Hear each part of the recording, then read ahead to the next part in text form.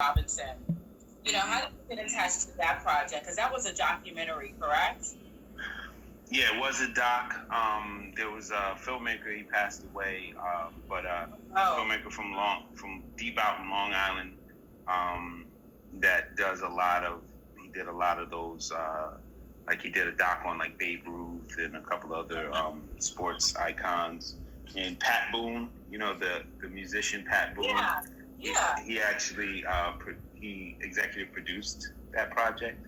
Wow. And yeah. So I saw somebody told me about the audition. I wish I could remember who told me that.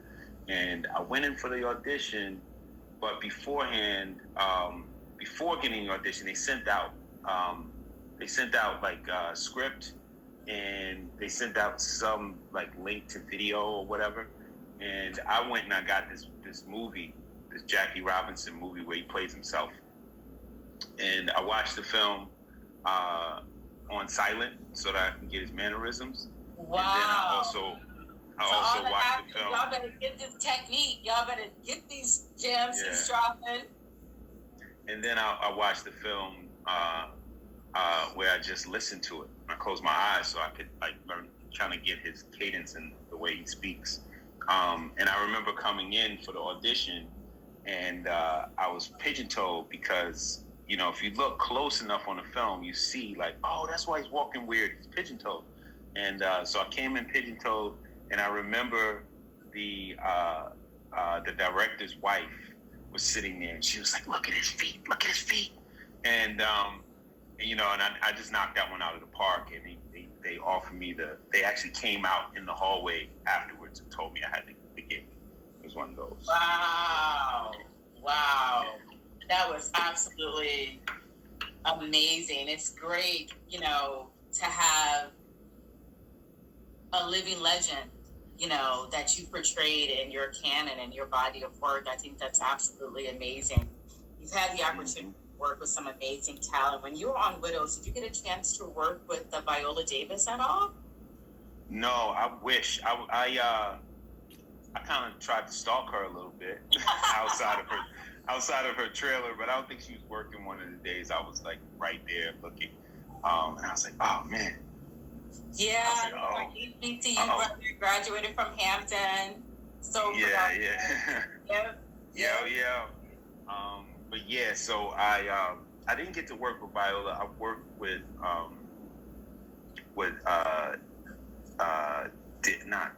Daniel Kaluuya. I love Daniel. Yeah. But you got a chance to work with Jeffrey Wright on Boardwalk. Yeah, on Boardwalk. Yeah, and Jeffrey is a very giving actor. I'm a darker complected brother, and Boardwalk Empire is a very dark show. Like, yeah. And as the way it's actually lit, and there was a scene where I'm supposed to I'm his bodyguard, and the director of that episode didn't want me to come in the room because he didn't want to have to light the room for me. So he tried to kind of keep me outside the room, like, oh no, you just stay out there. But Jeffrey Wright was like, no, that makes no sense. Why would my bodyguard stand outside if I'm going in here to deal with this guy Chalky White? So he shut it down, and then a bunch of gaffers start coming in with a bunch of lights, and they had to light that room for me. And because of Jeffrey Wright, I ended up on that set for an extra 2 weeks. And I just 2 weeks of just watching him work along. Like if I wasn't even on the show, if I got to just watch him for 2 weeks, that was all worth it. Wow, he's a master. Your character came in the 5th season, I think it was. Mm-hmm. Wow, that's pretty amazing, man. Pretty amazing. Yeah. When you think about a lot of the sets that you've been on, outside of Boardwalk Empire, what was another powerful set that may have changed your color, the way you move as an actor? Lewis and Clark was probably one of the biggest ones for me.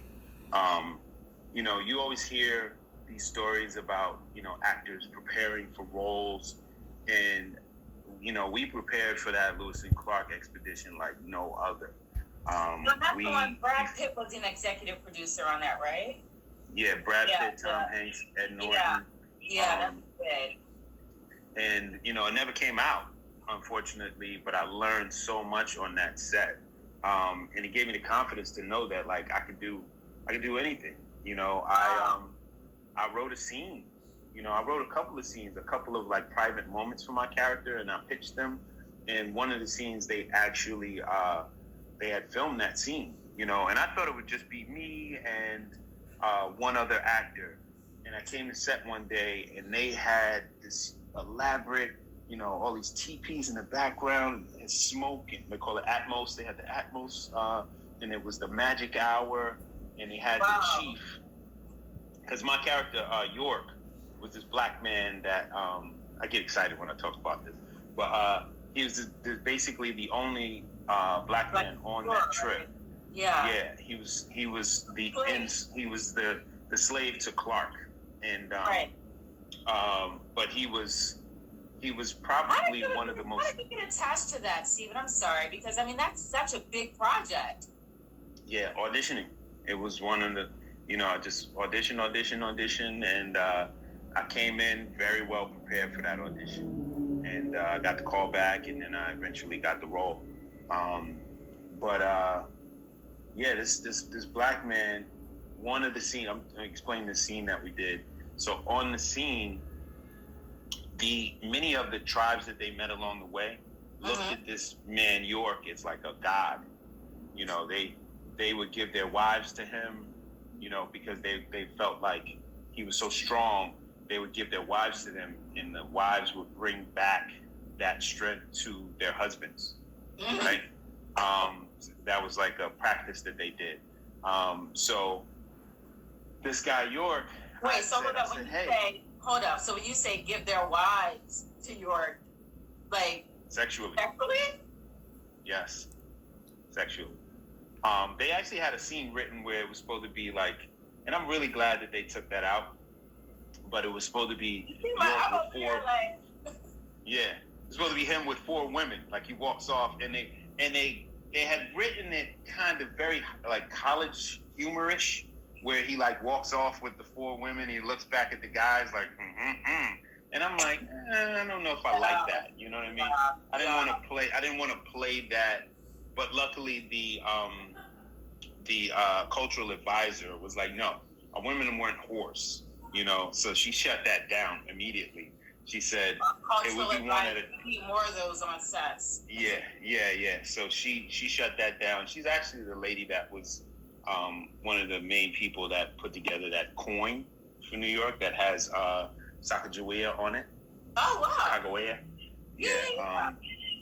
So anyway, in this scene, I said to them, you know, I pitched to production. I said, hey, if this man was treated like a god, you know, and he comes from a place where he was enslaved, then I would think that a goodbye would be very difficult for him. You know, like he may not have like what made him not stay with them, you know? So we came up with a native sign language goodbye, where my character says, I want to say thank you for seeing me as a person, right? Oh, wow. And I say it without the actual words, but I say it with just the sign language. And the chief, he like puts his hand in the other hand. He goes like this, and that means that's the way it should be, right? Oh wow! And then and then I tear up, and I don't want the chief to see me crying, so I turn straight to camera and I walk off into the sunset, and it was so beautiful. It was like a Western moment, you know. But unfortunately, I probably never will see that. I hope it'll be one of those days if my star rises high enough to where I could be interviewed on a show like a Colbert or something like that, or like some late night show, and they go, "Hey, on your late night show, on your late night show." My stuff, right? Is on the way. It's on the way. You know, all we do, we rise together, right? So so remember this moment, because you're gonna have to do the research and find that footage. You go, hey, we got some surprise footage for you. Yeah, There was a I'm scene here for it. that you I'm talked here about for it. a long time ago on my IG Live. During COVID. So, Good Lord. yeah. COVID. I mean, that's the beauty of journalism, in the entertainment space is you have the opportunity to just research and develop, stories about some of the most influential actors, writers, and producers and directors, people who are shifting the culture, challenging the culture. It's a gift. I don't take what I do lightly by any stretch of the imagination. It's always an honor and a privilege for me to sit with you guys and just, talk. Just talk. Like what inspires you? Like what keeps you going? Your star has risen by two. Quinn Griffin. Yeah, Quinn is a great guy. I met him out here. He's an awesome dude. Oh wow, I love that. Yeah. So you also had a role on Blue Bloods. What was that like? I hope. I almost got called back for that. I was working on Law and Order again, and on the day I was sitting there getting hair and makeup in Law and Order, and I got a call from my agent that they want to bring me back for my role on Blue Bloods. Right, I played the detective of the episode. There's always some like random detective or whatever, and I played this detective Foster was my name, and I got to talk to Donnie Wahlberg in the episode, in the scene. Donnie and the other the Latina lead. So what would be really cool though is to do that show again and do a scene with Tom Selleck. I was gonna say it would be like a sneaky way of getting TC and Tom Selleck together. I love like that. the old Magnum with the new TC in a scene would be pretty cool. I actually had the pleasure of interviewing Tom Selleck at an event for Blue Bloods at the Paley Center for Media a couple years ago. Yeah, he was great. Wow. It was great. I can remember like fighting for that soundbite because he was walking by and I was like, Yeah. You gotta give me my soundbite. Yeah, So I think if they sit me next to him, if his chair is near mine, I'm gonna talk him into getting on Magnum. Oh wow. It's Maybe always just kidnap him. it's always sunny in Philadelphia. What was that like? Oh man, that was one of my like moments where it was just like, wow, like you never know what is literally gonna come around the corner for you. So I remember getting the set, and they had me working, this first team, second team. So they had me working with second for our audience, what is first team and what is second team? So first team is like the talent that's gonna actually be on television, and second team, they come in and they're like the stand-ins that kind of there to adjust lighting and kind of get the so that the cameramen can get their angles correct and their shots ready. So they had me working with second team because I had a stand-in, but I wanted to work with second team just because I just wanted to be ready. Right. So I was working with second team, and then they said first team. But I don't know if I heard that right or whatever. I was just kind of like in my head about my lines or whatever. And then literally right around the corner, Danny DeVito comes and jumps in my face. What? And I was like, right?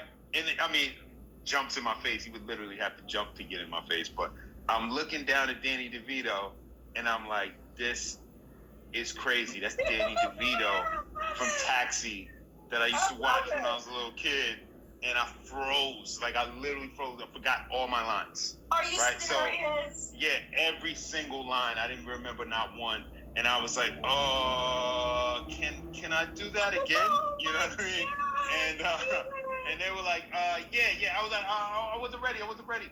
And then after that, I was just like, okay. And I got one out. And then I got a couple more out. And then and I just started killing. I just started, like, flowing. And the way they work on that show, the actors, they'll whisper, like they all play with each other. They'll say this, say that. You know what I mean?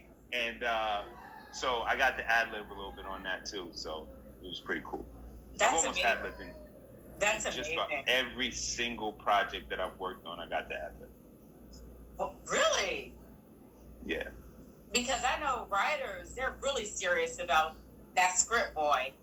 You know, some of them are like, you say that exactly how I wrote it, or you get off my set. You go find someplace else to be. So that's amazing. Well, some of them can be like that, but I've been, you know, blessed to be around. You know, the director pretty much runs the show on most film and TV. Yeah. So, you know, unless it's like a very well-known writer, you know, even in Maniac, you know, that was very, like, the writer was on set every day, and he was a little bit of a stickler. Patrick Somerville was his name. Oh, wow. And I think he's worked with Cary Fukunaga before. So he was very serious about his lines, but I think even in that I got to